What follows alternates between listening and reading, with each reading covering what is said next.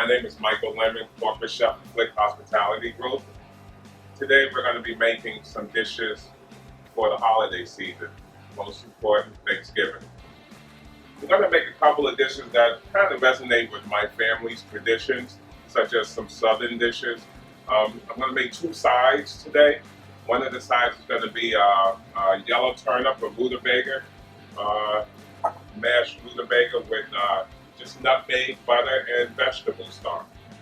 The second dish I'm going to make is another great side, which is lemon glazed sweet potatoes with nutmeg. And then I'm going to make two desserts. I'm going to make a traditional apple pie, and of course my favorite is the sweet potato pie.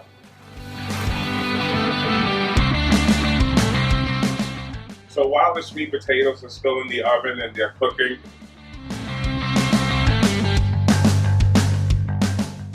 I'm going to start on dessert. And since both desserts start with a pie crust or pâte brisée, I'm going to show you a quick way to make pie crust, as we call it, pâte brisée. And it's funny because a while back I found a recipe for shredding the butter before you add it to the flour for your pie dough. And when I first read that recipe, I thought it was like kind of a joke, and I tried it, and that's actually such a great way of making pie crust. So let me just show you how to do this. For the pie crust, I have 2.5 cups of flour, all-purpose flour. I have 1 teaspoon of salt,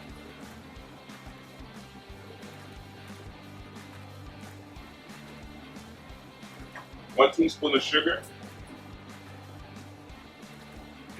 I'm going to just mix that in, just mix it up a little bit.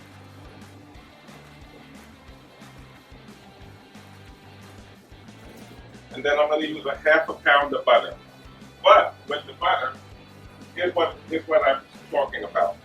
I take the butter, I just roll it around in the flour a little bit. Then I take my grater and I grate the butter inside the flour. And it's pretty much similar to when you say, put it into the food processor, process until it becomes the size of peas. But I just like this way much better. I just think my doughs have come out much flakier, even. The butter's evenly distributed throughout the pie crust.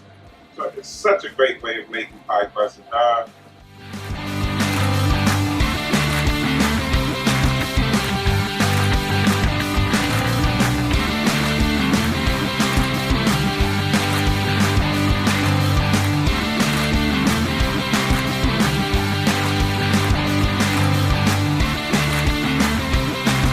And then we're going to add a 1/2 cup of ice water. The water really has to be cold and should be ice. That helps keep the butter cold. But it also, once you make the dough, the air and the moisture from the butter is going to help make that dough, that crust so much flakier. Well, so now we're just kind of mixing it lightly.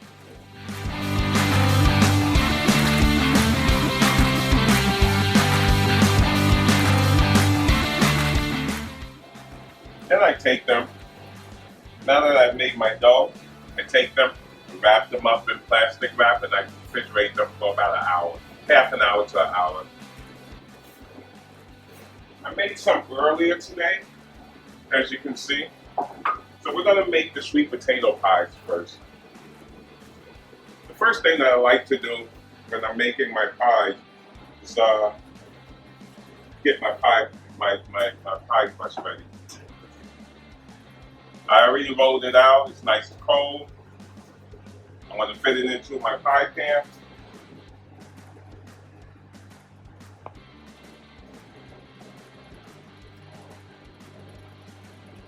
Get it ready for my filling. Filling's a really nice filling. I like this, one of my favorite recipes. Been making this for years.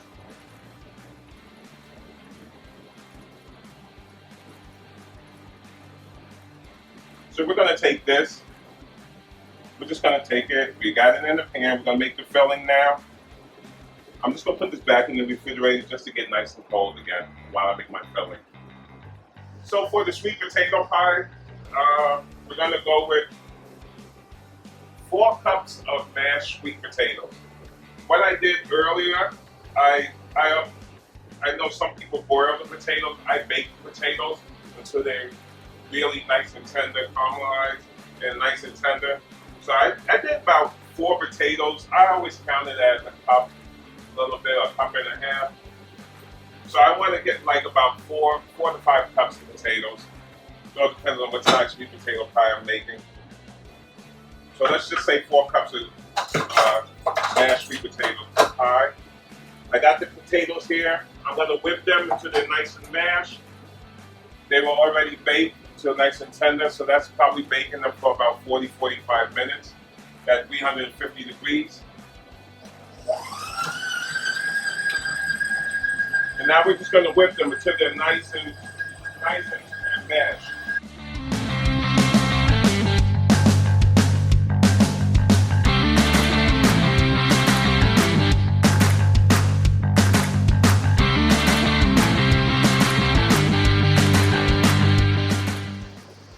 Now I'm going to add the other filling ingredients.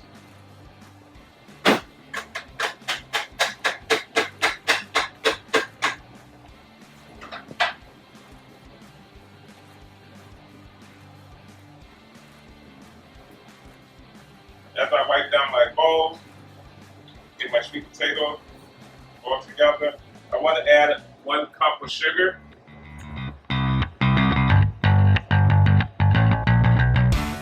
1 teaspoon of cinnamon, 1/4 teaspoon of nutmeg. Once again, just going to shave some nutmeg inside. Freshly grated nutmeg, 1/4 teaspoon. You can add more if you like.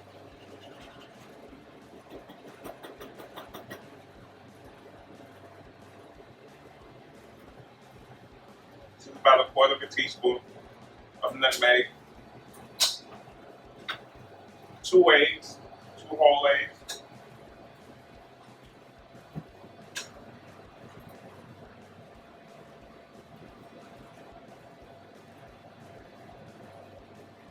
A 1/2 can of evaporated milk.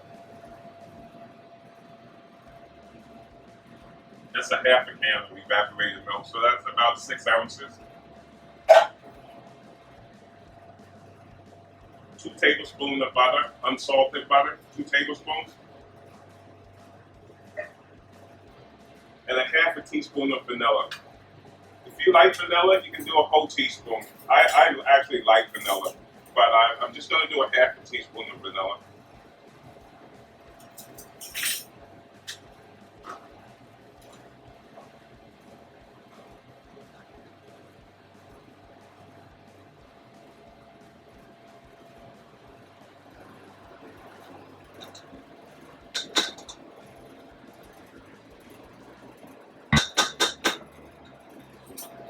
So that's the mixture. We're going to just mix it.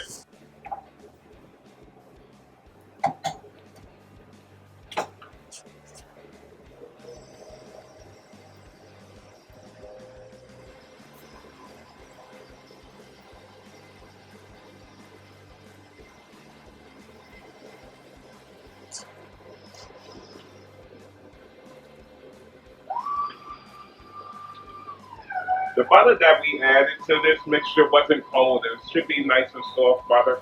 If you add it cold, it's going to take a while for it to break down and distribute throughout the pie. So you always want to make sure that it's room temperature, warm, and soft. I'm pulling out my pie dough, getting that ready to be filled.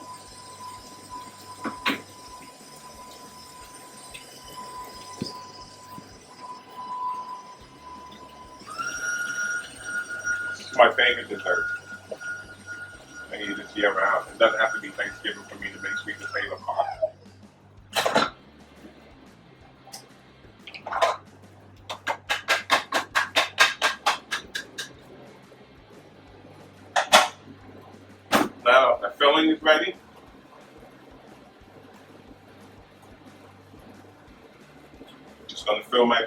my pie crust.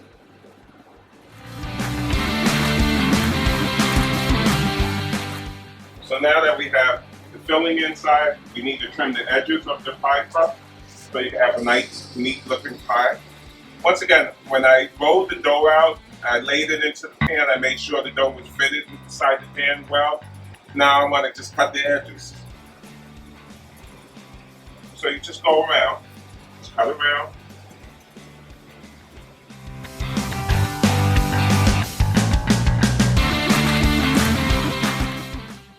The pie is now ready to go into the oven. So we're going to bake this at 350 degrees for about 40-45 minutes. Put your time on. Every oven is different, so you kind of want to really watch it. The pie should be baked, should be a little soft in the middle, because as it sits, it's going to become a little more, it's going to firm up. But you want to make sure your crust is nice and flaky, cooked all the way, even on the bottom. So that's why I said 40 to 45 minutes, depending on the oven. 350 degrees is about right, depending on your oven. If you know your oven well, I at home and here, I know this oven at this place here well. I know you can bake it at 350 degrees and get a nice crust within 45 minutes. While the sweet potato pie is baking, let's make the apple pie. Once again, another one of my favorites, all-time favorites. I actually love making cakes during the holiday time, but really you can't get away from not using sweet potatoes and apples during this time of the year. So I think I'll be lost without making them. But so we're going to make our apple pie the traditional way that my family and how we make it. I know I go a lot of places and I see a lot of chefs and they're making apple pies and they're adding lemon juice, they're adding cornstarch, they're adding sugar and vanilla. Just watch how I make it. I'm not saying one way is better than the other, but this is a really great recipe. Check it out. The pâte brisée we made earlier, the pie dough we made earlier for the sweet potato pie, it's the same pie dough. 2.5 cups of flour, 1 teaspoon of sugar, 1 teaspoon of salt, a half a pound of butter, and a half a cup of ice cold water. So I made the pie dough earlier. This is the pie dough. I rolled it out. The apples for the apple pie, I like to use Granny Smith. I like to use tart apples. So I use Granny Smith apples. A few years ago, I started doing half and half with some nice firm sweet apples, such as Honey Crisp or some the Bearburn apples. Just anything that's sweet, but it can hold its own shape while it's baking. So I kind of mix it up, but 9 times out of 10, if you really want a great apple pie, just go all with tart apples. Granny Smith, can't go wrong. I'm just going to cut one apple, kind of show you just how I slice it and get it ready.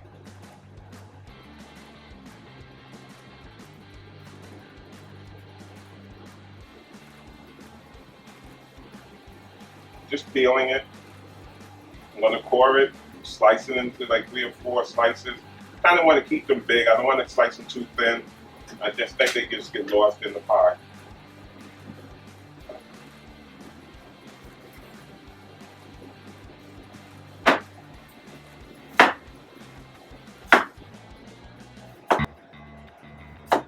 Just core the apple. Nice. Half an inch slice.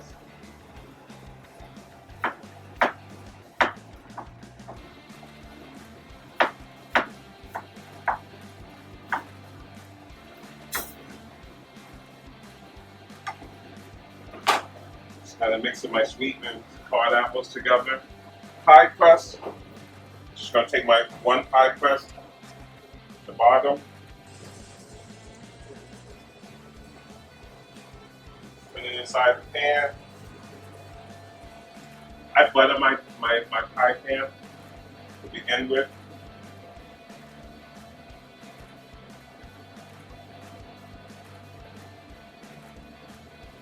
As I stretch my dough to the side to make sure the filling's going to fall inside and fit well.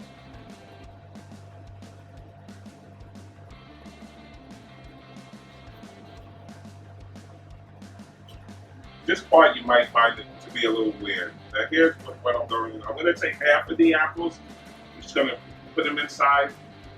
Cover it with half of this. I got a half a cup of sugar. 1/4 cup of sugar. I'm going to dust it.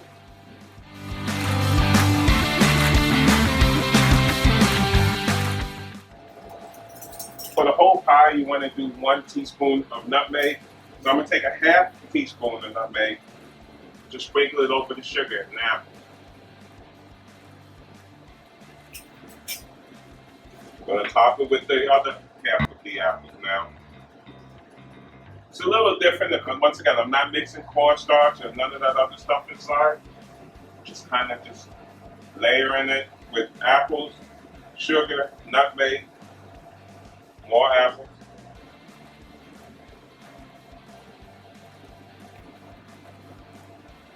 The remaining 2/3 cup of sugar. Just taste. When you taste this pie, it just tastes like autumn and fall and Thanksgiving.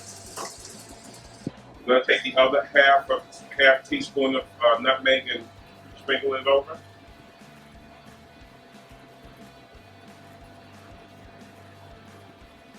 I'm going to take 2 tablespoons of butter, unsalted butter, just dot it throughout the pie.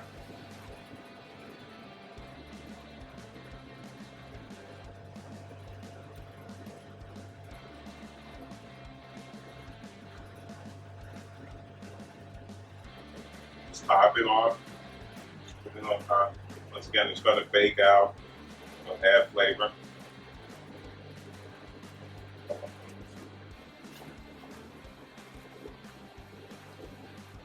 Earlier, I did an egg wash. So I'm going to take my egg wash, just kind of spread around the edges of the pie. Egg wash the edges of the pie crust, so you can seal in the top layer.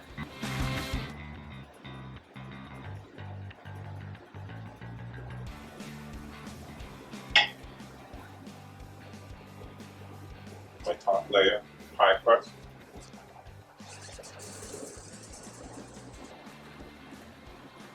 Now when I get it on, I'm just going to kind of make sure I'm squeezing it with the bottom crust.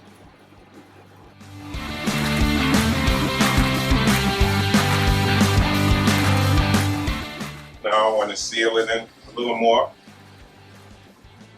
This is really, it's kind of hard to do with gloves on, but I'm going to do it anyway. If I were home, I would do it this way. But we're just going to create the crust, seal. A little decoration also. Makes it look like it was baked at home.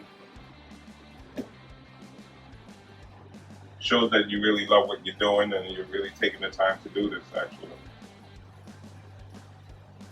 Some people go around with the fork and that's just as good and it looks just as good. True love.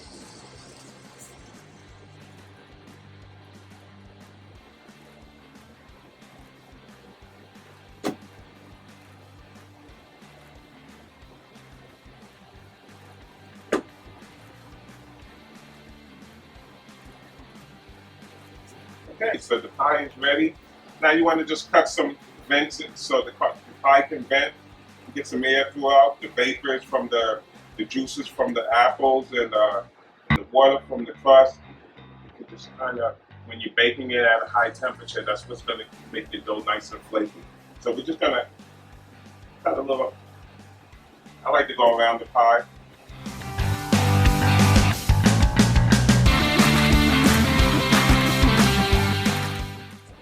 We're going to bake this. We're going to bake this at 450 degrees for the first 10 minutes, and then we're going to turn it down to 425 for the next 25 minutes. So the 25 minutes to a half an hour until it's done. But that should be about another 20 to 25 minutes. So once again, we're going to bake this at 450 degrees to get the nice crust for 10 minutes, and then we're going to turn the heat down to about 425 and let it bake for the next 20 minutes after that. So it's nice and done.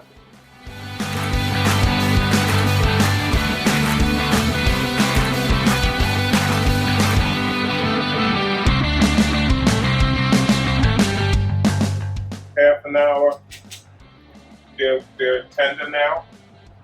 In this vegetable stock and rutabaga, I put in a half a teaspoon of salt, 1 bay leaf, and 2 sprigs of thyme, just to get additional flavor, more seasonal flavor inside. So we're going to take this, we'll turn this off first. We're going to strain it, we're going to pull out the thyme and bay leaf, and then we're going to whip it, break it down in a mixer, because it's whipped rutabaga with nutmeg and butter, right? We're going to strain it.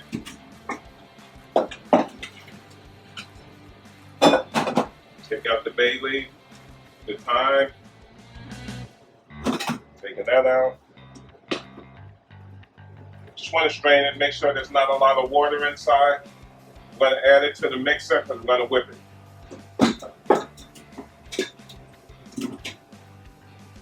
Once again, that's 1 head of rutabaga, right?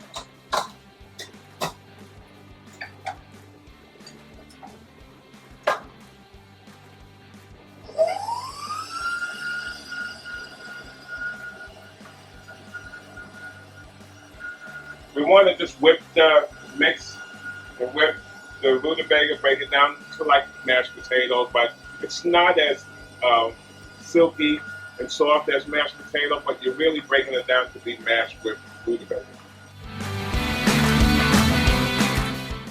While that's mixing, you want to add a little salt and pepper. Go add that after it's mixed. But we want to add about, recipe calls for 6 tablespoons of butter. I think I want to cut it down to about 4 tablespoons of butter. We're going to add just the butter to this mixture. We want to add a quarter teaspoon of nutmeg. So once again, it's that time of the year, right? It's the fall, autumn, late autumn, early fall season. Nutmeg is the greatest spice during this time of the year. So we want to get about 1/4 cup of nutmeg, 1/4 teaspoon of nutmeg. We're going to add about 1/4 teaspoon of nutmeg.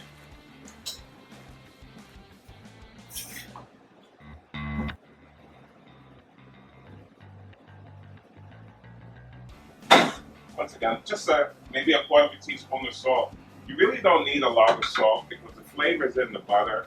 It's going to be in the nutmeg, and it's definitely rutabaga flavored, which is it's my favorite flavor of the year.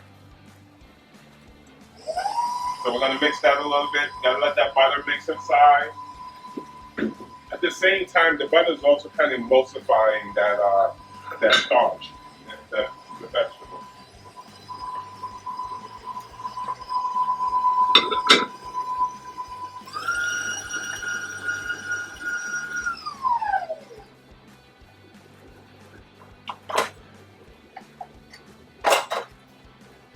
So now that we whipped the rutabaga, that we cooked in 4 cups of vegetable stock, 1 rutabaga root, we cooked that till it was nice and tender, a little salt, 1/4 teaspoon of nutmeg, 4 tablespoons of butter, and we just whipped it. That's all it is. It's just flavor. We're going to put it in this. Once again, you can finish this off as you're getting closer to your Thanksgiving meal. This is one of the dishes, like mashed potatoes, you always make that last. This is one of the items you can make last also. And while you're getting other items together, whip it up while you're getting your turkey and everything ready, and then you can just put it right into the dish that you're going to be serving it with. And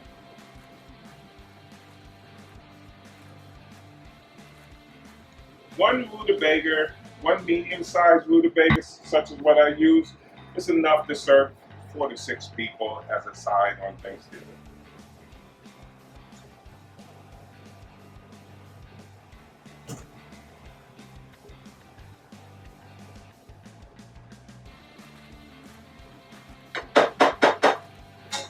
And then you want to finish it off. I got some shallots. I sliced it really thin, and I just deep fried it. That could be a garnish, but it's also for great flavoring. So we're going to put that on top of your mashed rutabaga with butter and nutmeg. So here's the finished dish. That's a great side for Thanksgiving, and it's actually a really healthy side for Thanksgiving. Let me go check on the sweet potatoes. I'll be right back here. So now that we have the sweet potatoes layered in the pan, we're gonna just take this lemon glaze, ladle it over. So now that we're finished pouring the glaze over, getting it ready, we want to maybe dot it with about 2 tablespoons of butter. So what I normally do, I just take my butter, just kind of put pieces on top, getting it ready for the oven. One of the things you can also do, you can make this up ahead of time, early part of the day on Thanksgiving, Christmas morning, whenever you're going to serve it. This is one of the dishes you can prepare ahead of time. Getting it ready, dot it with the butter, put it in the refrigerator. Maybe about 40 minutes before you have dinner, and if you have space in your oven, after you take the turkey out, 40 minutes before dinner, just pop this in the 375, 350 degree oven, whichever one you prefer. Some ovens are harder than others. And then you want to roast this and bake it until it's caramel, until you start to see a nice kind of brownness to the top of the sweet potatoes, caramelization, kind of caramelize a little bit. Every 5 minutes, your last 15 minutes of cooking, and every 5 minutes, kind of take the pan out, tilt it a little bit, drizzle the sauce back over the potato. That's going to help it caramelize and add more flavor to it.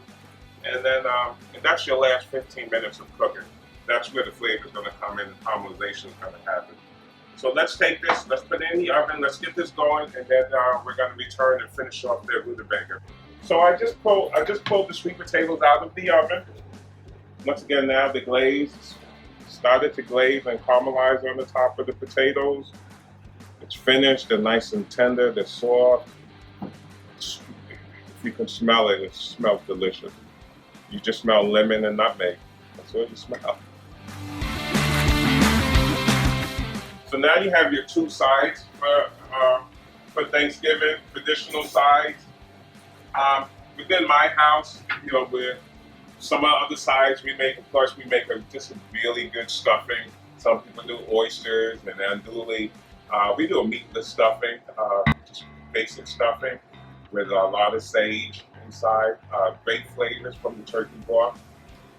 We do collard greens, of course. Sometimes we can do vegetarian collard greens without the bacon, without the pancetta or any other pork inside, or even smoked turkey wings. Although a lot of people are doing, but lately, the last few years, I think we've been, instead of people asking does it have pork or whatever, we just kind of made a vegetarian collard green. It's just as good as with the bacon. It's really good. Just always remember to finish your collard green with a sweet and sour. So sometimes it can be sugar, agave, honey, or maple, and then always have that vinegar side. So cider vinegar or white vinegar. You can even finish it with sherry vinegar. When you're doing the collard greens, just different things to do with some traditional dishes. Once again, these are traditional dishes from my family, but it's also doing it a little bit different, kind of modernizing it, or maybe taking out a lot of the fat out of it. As one of the things that I left out of the turnip, the rutabaga, the mashed rutabaga, my father and my parents used to cook it with like pork neck bones. Once again, nice great smoked meat with the turnips. I still love it that way, but I know a lot of people don't want pork, so I just make it without that. I enhance it more with the nutmeg and butter without the pork. But once again, it's great flavor, great seasonal dishes. Okay, I just took the pie out of the oven, the apple pie and the sweet potato pie out of the oven. As you can see, they're finished. They got a nice little shine to them. Both apple pies, sweet potato pie. That's a wrap. That's some of my favorite desserts for Thanksgiving. Thanks for tuning in. Remember, if you want more Flik recipes, more Thanksgiving recipes, or any recipes from Flik, tune into Flik Hospitality on YouTube, Instagram, any other social media. You're going to find some great recipes. Once again, just some side dishes, mashed rutabaga with butter and nutmeg, finished with fried shallots on top, baked sweet potatoes with a lemon nutmeg glaze. Once again, a little different from the orange glaze and marshmallows. Apple pie, nice flaky crust, and sweet potato pie. Thanks for tuning in again, and enjoy your holidays.